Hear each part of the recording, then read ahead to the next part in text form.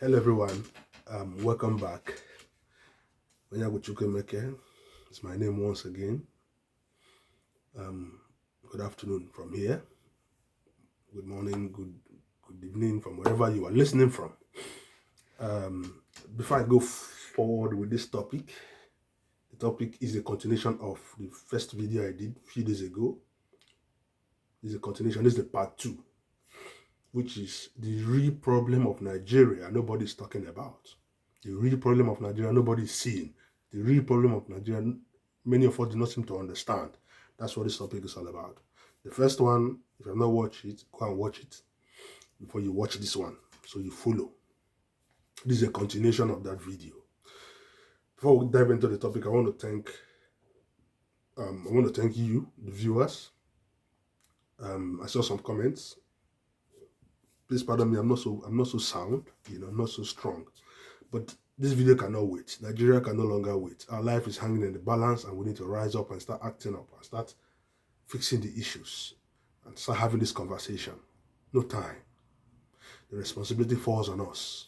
So yeah, I want to thank my viewers. Yeah, I saw the comments. Some of you commented, lovely comments, beautiful. It shows that I'm engaging with people. It shows that people are listening. It shows that I'm talking to people who really want change. I appreciate that. So more comments. I also discovered that the previous videos I had before now, the comment sections were off. So I've rectified it. You can now comment. You can now comment. So some of you watched those videos, you had something in mind to say or to ask or whatever, you couldn't because the comment section was off. I've rectified it, so you can comment now. Yeah, that's by the wayside. Without further ado, let's get into the nitty-gritty of this subject matter. Yeah, in the first video, I told you that the problem of Nigeria are not the common things that they tell you. They tell you that our political leaders against the people. They tell you that corruption is our problem. They tell you that nepotism, tribalism, name anything, police brutality, all of that. They tell you that that's a problem. Yeah. Now, I want you to understand something. I mentioned it in passing from the previous video. The first video I mentioned it. I want to emphasize on that in this video. And what I mentioned there was, and I'm repeating it, is that the real problem of Nigeria is not those things we just mentioned. The real problem of Nigeria is division. Division. We're divided. We're divided. And we're divided for many reasons. And that's what I want to talk about. It's not that we are divided. It's not that being divided is the major thing now. It's our inability to acknowledge it. Our inability to accept it. I hear people keep saying we are one, we are one. We are one country, but we are not one. We are not the same people. We're not one as a people. We come from different backgrounds. The north, the south. These are two different people with different way of life, different perspective, different views, different ideology, different mission. Okay? And you put all of these people together under the kind of political system of government we have. That is why we're having catastrophe everywhere. I think I mentioned I'm not so fine. Yeah, not so strong. So I'm going to use sickness now as an analogy to drive this point home because it's a bit complex. Now, we're all familiar with malaria. And we know the symptoms of malaria. Malaria has a symptom. Each sickness has a symptom, right? The symptom of malaria, a common symptom of malaria is headache, cold, especially, weakness, and other things. Now, when you are sick with malaria, you don't just start treating cold and headache and weakness. Do you do that? What do you do? Because if you treat those symptoms, you will never get rid of the sickness. The symptoms will continue to return, or they will not even go away. Why? Because the underlying issue, which is the malaria, the bacteria, but the malaria itself is still there. So what do? You treat malaria. When you treat malaria, the symptoms goes away. That's how you treat sickness, right? That's how you address any issue. But in Nigeria, we have closed our eyes to what the real issue is, the real problem is, and we focused on the symptom. I will also use another analogy to tell you why the symptoms are there. Okay? Just go with me. I hope I'm able to break this down properly. Corruption, nepotism, tribalism, favoritism, whatever you want to call, like you are seeing today in Nigeria, insecurity, police brutality, all of these things are a result of the effects of our division as a people. Because we are divided, now I made mention of system in the past video. I made mention of that a lot. Some of you might be wondering, what does it mean by system? Political system is what I mean. The kind of government we have, the kind of constitution we have, the kind of political structure we have. That's what I mean. The political system is the mother.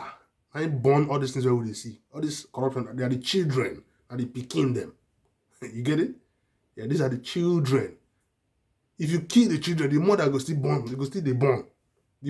If you have a dog in your house and the dogs get pregnant, it gives birth to children, you carry the children, you sell the children. Does it stop the mother from giving birth to new children? No. It's just a matter of time. New children will come in. New puppies will come in. I hope you're getting it. So we have been fighting the symptoms over time. We've been fighting corruption. Corruption is fighting back. You are trying to treat that headache. Oh, they get malaria, or they get headache. You treat the headache. The headache is coming back. It's not going away. You keep fighting and fighting because the underlying issue has not been resolved. That's why we've been fighting corruption since the 1960s up to date. If you watch videos of people complaining in the 60s, 70s, 80s, you discover that the same thing, the same way we are complaining today, that's how those guys are complaining. Some of the videos, when I watch them, videos of the past, I'm like, it shocks me. 50 years ago, the same thing. So we have not made progress at all. As a matter of fact, the way that it is now, we're going backward. And it's going to continue like that. So after many years of sitting down and looking at this, I discovered that, you know what, we are pursuing the symptoms. The real issue is that we have refused to address our differences. We have refused to acknowledge it. We have refused to talk about it. We have refused to sit down and acknowledge it and walk around it and walk with it. Because we are divided, the kind of political system we have today cannot work for us. It's not about imitating America, imitating the UK. I made a video about that also, about the kind of restructuring that's going to work for Nigeria, because of the unique nature of Nigeria. There are no people like Nigerians anywhere. So we need to sit down, look at what works for our uniqueness and that unique thing that works for us. Okay? Some of you use a few instances. Like ENSA. So everybody came together. That shows us that we are one. Look at that football team. Those are things that happen once in a blue moon. What about the uncountable things that have been happening that has shown our division? What about those things? Okay? The truth is we are divided. We need to acknowledge that and work with it. You need to watch the video where I talked about. It's on my channel. The videos in my channels are not so much, so you can easily get in touch with them. Okay? So yeah, that's the issue. It's just like this room now. Yeah? You put 3 adults from different backgrounds, different walks of life. 3 adults, not children now. Because children are blank and blind. You have to mold them into what you want them to become. 3 adults who have gotten their different experiences, who have their way of life. Olu, Adamu, and Izzy. Put the 3 of them inside this room.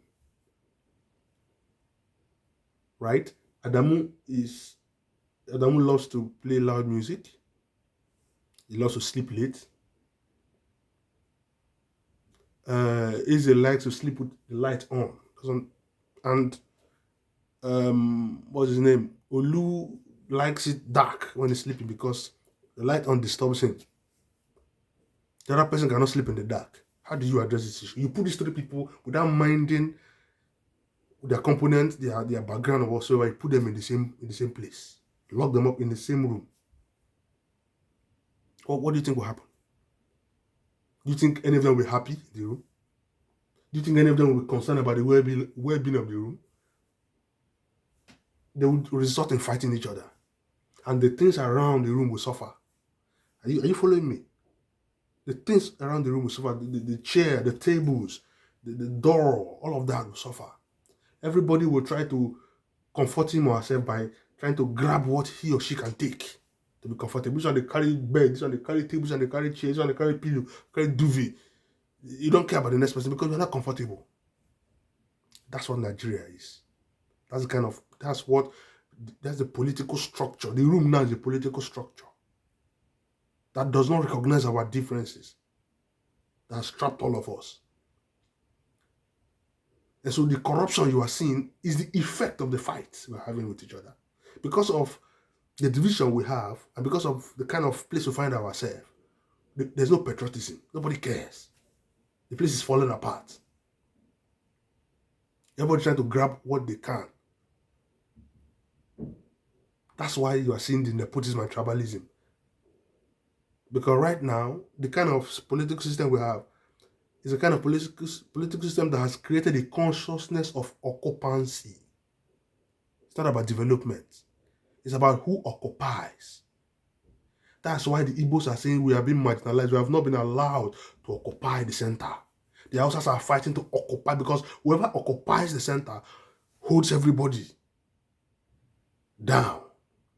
And the conversation we have as a result of this political system, and because of our division, which we have refused to work out, is about who stays, who's ruling, who's occupying the space, who's dominating. And so we're no longer asking about competence in leadership. We're no longer asking about meritocracy, values that you bring. We're looking for who has enough strength to be there. We're looking at, is it my person that's there? It's about my person now. Because, it's survival. I don't know if you get it. This is the problem we have. But we can say, okay, we'll come together by virtue of understanding.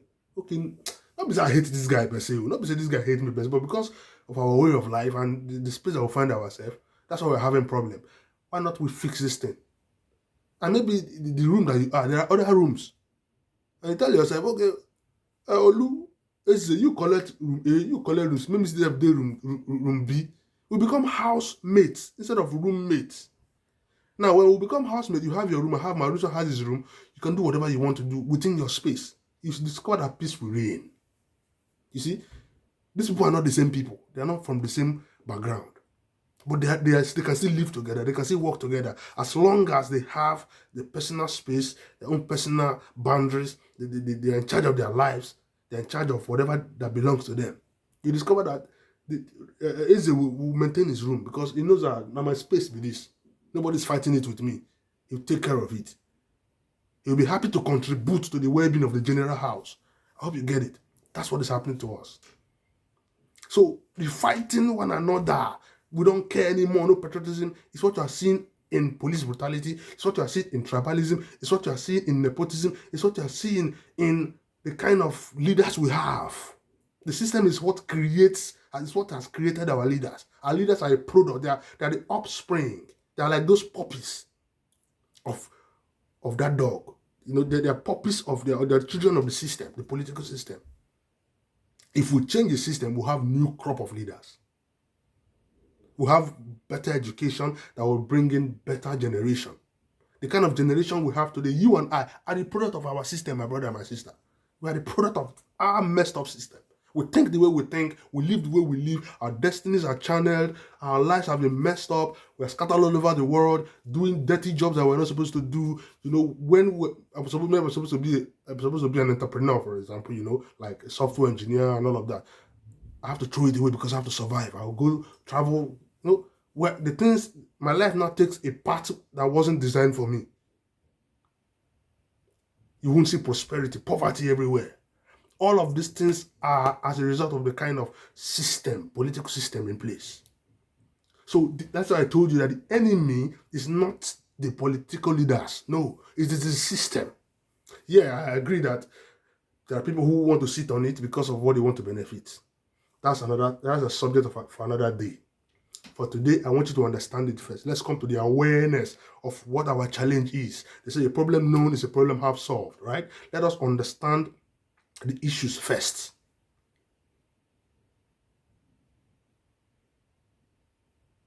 So we're divided. We're not one people. Let's not continue to deceive ourselves. Let's not continue to shy away from who we are, what we are. We need to accept it and see how we can work with it. And that's why we need to restructure the country in line with our difference, in line with our unique self. There's nothing wrong in being divided. Having different opinion rather, or being different from the other person. There's nothing wrong. What Nigeria is trying to do now is trying to make all of us into something we do not understand. Trying to put all of us inside one mold. That's what Nigeria is trying to do, and it's not working. Before the colonizer came, you discover that in the southeast, which is eastern Nigeria, old eastern Nigeria, you discover that they're more of a republic. That's the kind of people. There were no real kings in the southeast. They were a republic. You understand? It's more like democratic system, republic system rather. In the southwest, which is the Yoruba clan, tribe, you have the Oyo Empire, they are monarchical. Monarchy is a kind of system. That's what has worked for them. In the north, you also have the same thing. A caliphate. The north operated the caliphate system, with monarchy and all of that as well. A big empire too. You see, these are three kind of systems. And these are the nature of these people. These are the way of life. And we have been jam-packed. And we are asked to abandon who we are and become something else. And it's not working for us. And we're fighting one another. We have been blindfolded. We're fighting one another without understanding the issue. We're looking at each other as a problem. And where we they? Okay? So yeah, that's what I want to let you know here today. The fact that we refuse to acknowledge the differences between us and try to build, because we should be smart. We should be wise enough to understand that we can solve our own problems. We can't continue to wrestle with our problem. We are always wrestling with things. It's either we're enduring it, we're trying ways to endure it. That's what I call wrestling, actually. We're wrestling with it. Rubbing ourselves on the ground, the problem, thinking that's going to solve it. Running away, thinking that's going to solve it. No. No. We have to fix it. And by sitting down and thinking deep and understanding what these issues are.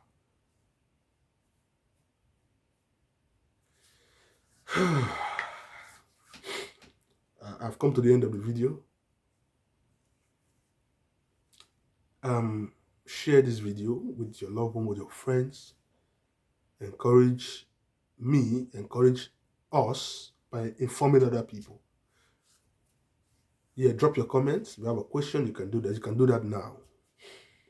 Yeah, you can do that now. And I still want to appreciate you for your comments. Yes, for watching, for sharing, for commenting. I really, really appreciate all of you.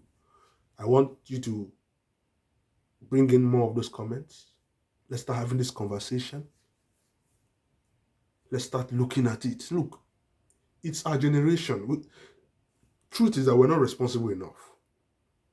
But we have to wake up. We have to wake up. It's time. It's time. If we don't fix this issue, it's going to swallow all of us. People are saying we don't want war. Nobody wants to die. This one, that one. But people are dying every day. The rate of suicide has increased. When there is war, a lot of things happen. And trust me, those things are already happening in Nigeria. I'm not in Nigeria though. But I'm very concerned because It's what I think about all the time. The issue of Nigeria is eating me up. I just want our country to work. I just want our lives to work as a people. I'm concerned more about the people in the country than the country. The country is just a geographic space. I'm concerned about the black Africans, the most sophisticated people in the world, actually.